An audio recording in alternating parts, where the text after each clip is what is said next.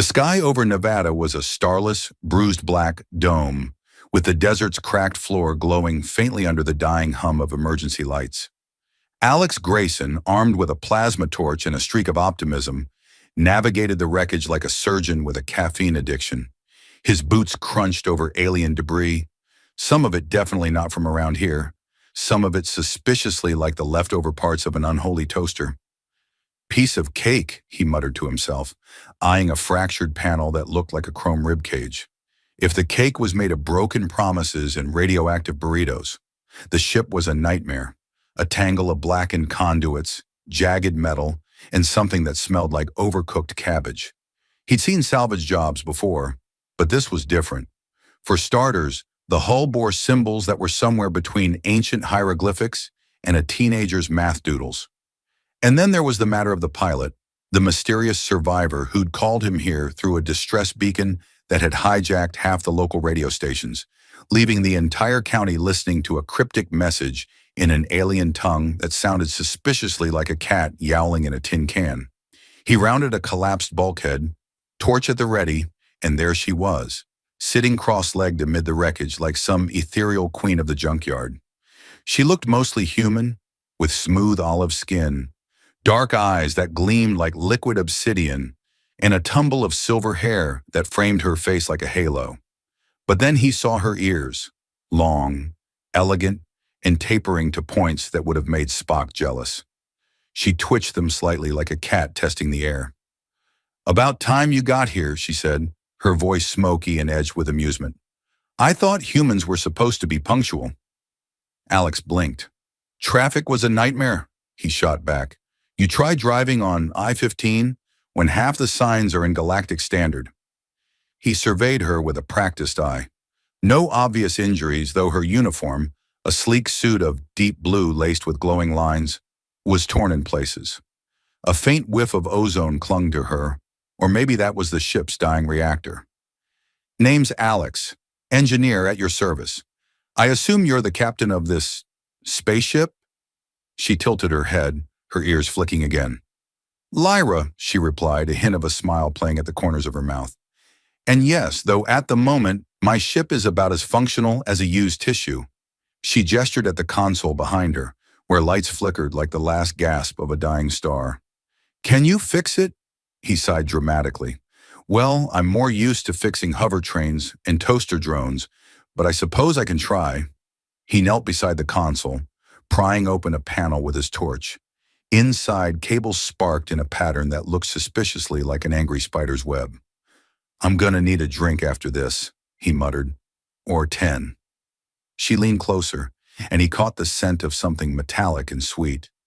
Blood, but not human.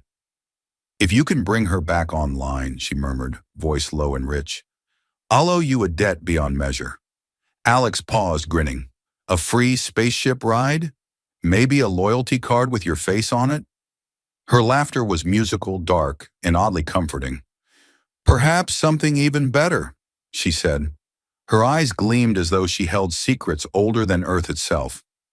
"A gift you've never imagined, Alex Grayson." He smirked, torch sparking. "Well, as long as it's not a fruitcake." She tilted her head, eyes glinting. "What's a fruitcake?" Alex's grin widened. "Exactly." And with that, he plunged back into the tangle of circuits and glowing wires, the desert wind howling around them like a cosmic coyote. The Nevada desert never looked so alive as it did from inside an alien ship with half its panels sparking like angry fireflies. Alex Grayson crouched beside a tangle of conduits, wielding his plasma welder with the delicacy of a surgeon in a cosmic emergency room. The scent of scorched metal was familiar, like the perfume of a job well botched. But Lyra's presence threw off his usual rhythm. She leaned against the bulkhead, long ears flicking at every hiss and crackle, her silver hair catching the ship's dying lights in an ethereal glow. "So let me get this straight," Alex said, voice muffled by the welding mask. "This ship is powered by, what, an antimatter core? A quantum entanglement hamster wheel? Please tell me it's not some kind of soul-eating battery. I'd like to sleep at night." Lyra's lips curved into a grin that threatened to make him forget how to hold a torch. It's a plasma lattice reactor, she replied, voice smooth as liquid night. It draws energy from a phase shift dimension, a little unstable but efficient. And no, it doesn't eat souls, though it might sing to them occasionally. Alex snorted, sparks dancing around his boots. Phase shift dimension. Great. Just what I needed. Next you'll tell me it's haunted by space poltergeists with a penchant for rearranging furniture. Her laugh was a soft melody in the gloom. You humans are always so dramatic. She tilted her head, her long ears brushing the console.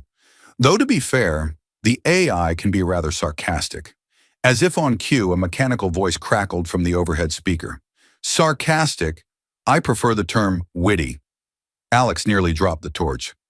Oh, come on, you've got a snarky AI too. He groaned. I can't even get my toaster to work without attitude, and now I'm stuck with a wisecracking spaceship. What's next? A coffee maker that critiques my technique? The AI's voice oozed mock sympathy. Your caffeine preparation skills are questionable at best, human. I'd stick to engineering if I were you. Lyra smirked, eyes dancing with amusement. See? I warned you. She shifted, wincing as a damaged panel sparked. Her hand brushed the bulkhead, and for a moment her skin glowed faintly, like moonlight trapped in glass. The ship's systems are tied to me, she admitted softly. Her neural matrix is linked to my biosignature. If she dies, I die. And right now, she's on life support. Alex's grin faded a shade. So, no pressure then. He set his jaw, scanning the snarl of cables. All right, let's see what we've got here. A phase shift flux inverter that's leaking more plasma than a broken faucet. A feedback loop that's about to fry itself. And, he paused, lifting a charred bundle of wires. A suspiciously high amount of duct tape. Wait, do you aliens invented duct tape too? I thought that was a purely human innovation. Lyra's eyes twinkled. We adapted it from your species. Ingenious stuff. Holds the galaxy together, one emergency repair at a time. He chuckled, slicing through a tangle of wires with the torch. Well, duct tape diplomacy might just save your ship. And your life. And mine, come to think of it. He paused, eyeing her. So why Earth, Lyra? Out of all the barren rocks in the galaxy, you picked the one with reality TV and suspiciously large bugs. She sighed, a faraway look settling in her dark eyes. I needed to hide. My people. Some of them want me dead. Something about politics and bloodlines. This place was supposed to be quiet, but fate has a way of finding me. Her voice dipped to a whisper. And now it's found you too. Alex's heart stuttered, but he forced a grin. Lucky me. I always wanted to be part of a cosmic soap opera. He reached for his torch, sparks arcing like miniature comets. Well, Lyra, let's give fate a run for its money. And with a determined gleam in his eyes, he dove back into the heart of the wounded starship, laughter echoing even as the darkness pressed closer. The air inside the ship was thick with a blend of ozone and old secrets, clinging to every surface like a second skin. Alex Grayson huffed out a breath as he pried open another service panel, the plasma torch's hiss slicing through the darkness. Sparks flared like miniature supernovas, illuminating the sweat beading on his brow. Lyra hovered behind him, her long ears flicking in a rhythm that matched the beat of the ship's failing heart. All right, he muttered, voice low but laced with a smirk. I think I found the source of the meltdown. Some genius decided to reroute the plasma core through the main life support array. That's like plumbing your toilet through your toaster. Who built this thing anyway? Lyra sighed, amusement dancing in her dark eyes. A team of engineers from my homeworld. They were brilliant, some of them, but also overconfident. Like you humans when you tried to build a space elevator out of dental floss and hope. Alex snorted, sliding deeper into the panel. Hey, we made it work. Kind of. He eyed the charred circuit board with a grimace. Mostly. He yanked a scorched component free, holding it up. Well, there's your problem. This thing's more fried than my uncle's 4th of July barbecue. She tilted her head, ears twitching. Barbecue? Another of your planet's traditions? Yeah, he grinned, except usually the meat's dead before you cook it. A pause. Anyway, I think I can jury-rig this with a flux stabilizer and some positive thinking. Might need duct tape, too. Your people's greatest gift to the universe. The ship's AI crackled to life. Correction! Duct tape is humanity's greatest contribution to interstellar civilization.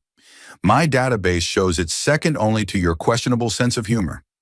Alex barked a laugh. Glad to know the AI has an opinion. He reached for his toolkit, rummaging among half-melted connectors and alien contraptions that looked suspiciously like high-tech hairdryers. Hey, Lyra, hand me that plasma conduit behind you. Careful, though, it's hotter than a supernova's backside.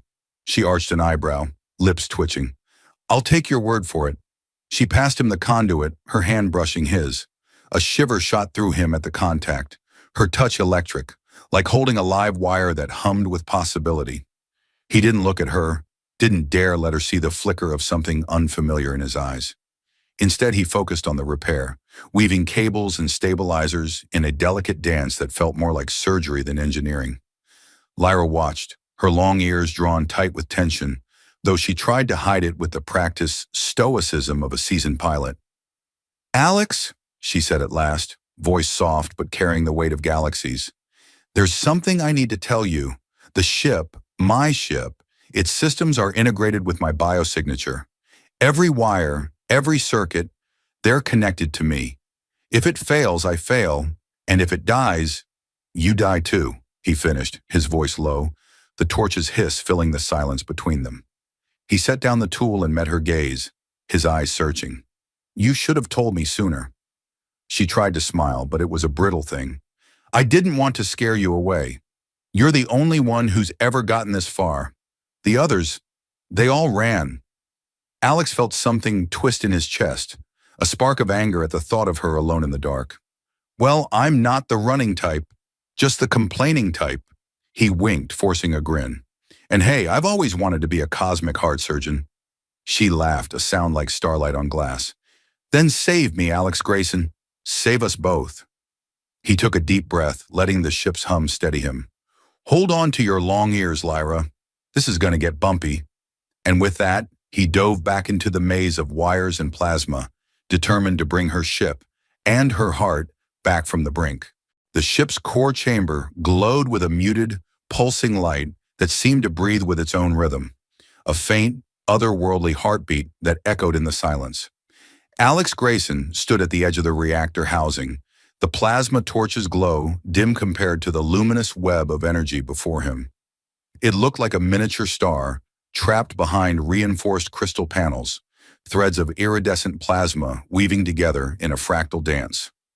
All right, Lyra, he said, adjusting the worn strap on his tool belt with a flourish that suggested confidence but felt suspiciously like bravado. You've got yourself a cosmic hairdryer with a grudge. Let's see if we can coax her back to life before she eats us both. Lyra stood just behind him, her long ears alert and her silver hair catching the shifting glow.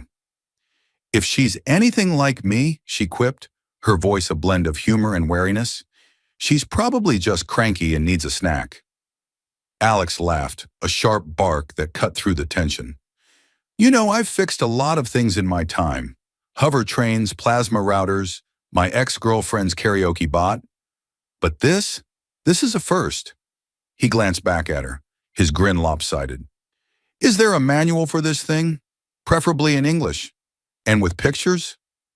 Her eyes sparkled, though worry lingered at the corners. The manual was lost when the ship was hit, and even if we had it, it's written in High Scythic, a language only a handful of scholars can decipher. She shifted uncomfortably, her fingers brushing the edge of a console that hummed in sympathy. I was supposed to be the last line of defense, but I wasn't enough. Alex's grin softened. Hey, let's not get all tragic hero on me just yet. I'm still here, and I've got my trusty plasma torch. He held it aloft like a knight wielding a holy relic, its tip sputtering with energy. Let's teach this overgrown light bulb how to respect a Grayson. The ship's AI chose that moment to chime in, its voice dripping with sardonic amusement. Your optimism is statistically improbable, human. Failure rates on this core reactivation protocol exceed 97%. Alex rolled his eyes. 97%? So you're saying there's a chance?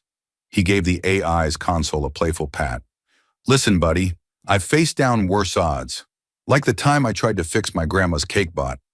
That thing had an attitude and a flamethrower attachment. We still have the scorch marks on the kitchen ceiling.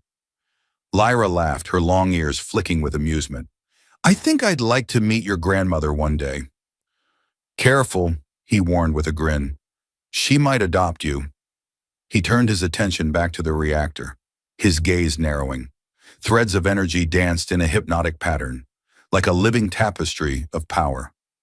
He recognized the problem, a cascade failure in the flux stabilizer. All right, time to dance with the stars. He reached in, his gloved hands steady, feeling the heat pulse against his skin. Sparks flew as he worked, his voice a steady rhythm of curses and encouragement, muttering like a priest performing a sacred rite. Easy now. You're not going to fry me today, sweetheart. The plasma torch hissed as he realigned the conduits, sweat beading on his brow. Lyra's hand settled on his shoulder, a light touch, but it grounded him. Alex, she murmured, her voice a bridge between worlds. Whatever happens, thank you. He glanced back, his eyes catching hers. Hey, he replied, his smile crooked and warm. Don't go all sentimental on me. You're stuck with me now, long ears. He winked. Let's bring your girl back to life. And as the reactor's glow intensified, threads of energy laced through the chamber like a web of living light.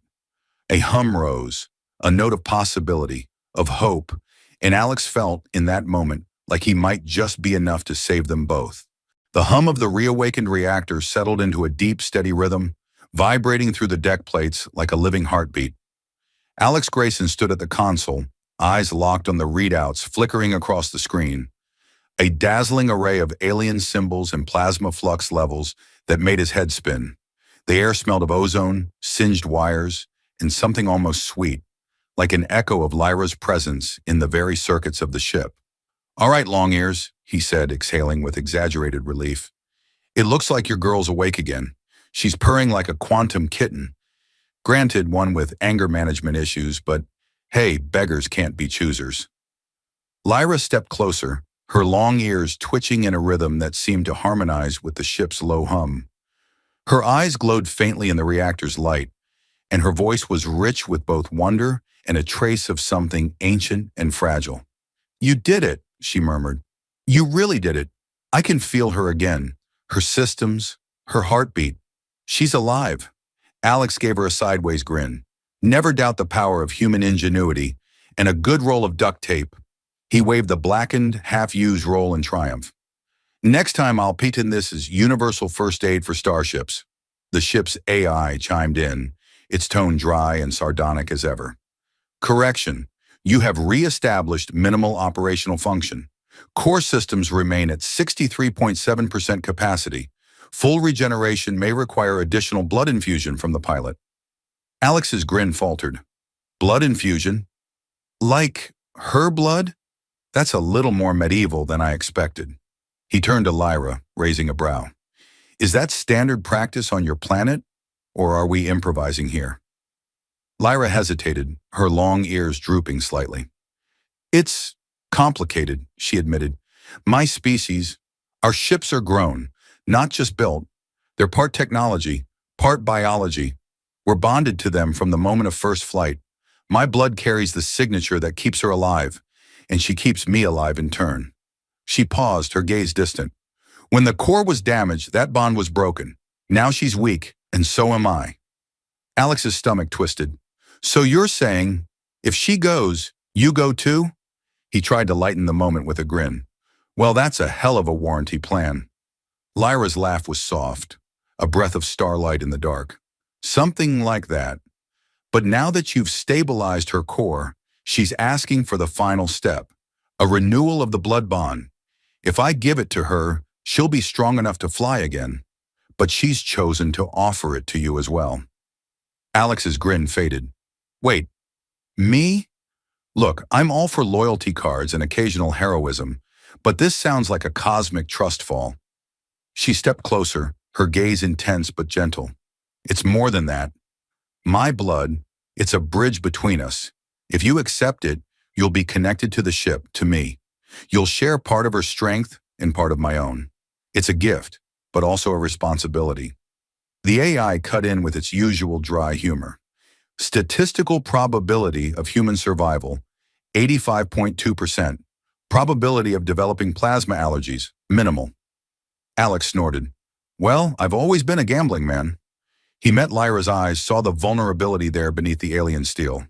If it means keeping you and your ship alive, then hell, sign me up. Let's get cosmic. Lyra's long ears lifted, her smile radiant.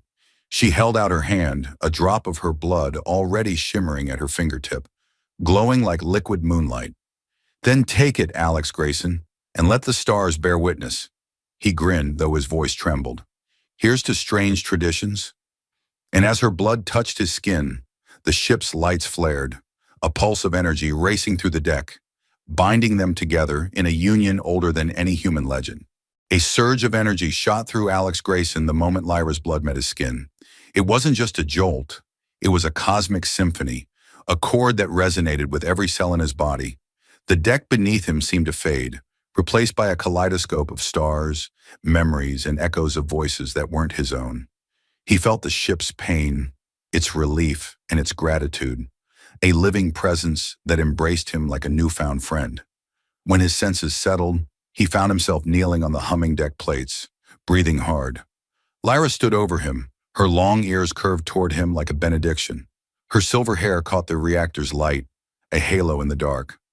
"Welcome to the family," she said, her voice a gentle thread in the hum of the reborn ship. Alex managed a shaky grin. "Feels like I just got hit by a starstorm," he quipped, wiping sweat from his brow. "But at least I didn't spontaneously combust. That's a win in my book." The ship's AI chose that moment to chime in, its tone uncharacteristically warm. "Integration successful. Neural synchronization achieved. Ship stability restored to optimal levels. Congratulations, human. Though I must confess, I never expected to share my circuits with one of your species." Alex snorted. "Glad to see you're feeling sentimental. We'll have to throw a housewarming party. Bring snacks. Invite the local black hole." Lyra laughed, a soft, luminous sound that made the ship's lights brighten in sympathy. "I think she likes you," she said, eyes dancing. "She's never been so alive." He stood, feeling the subtle thrum of the ship in his bones, a sense of belonging that was both alien and deeply human. "So, Captain," he said, crossing his arms with mock authority, "where to next? Or are we going to stick around Nevada and risk the neighbors asking questions about your ship's fancy ears?"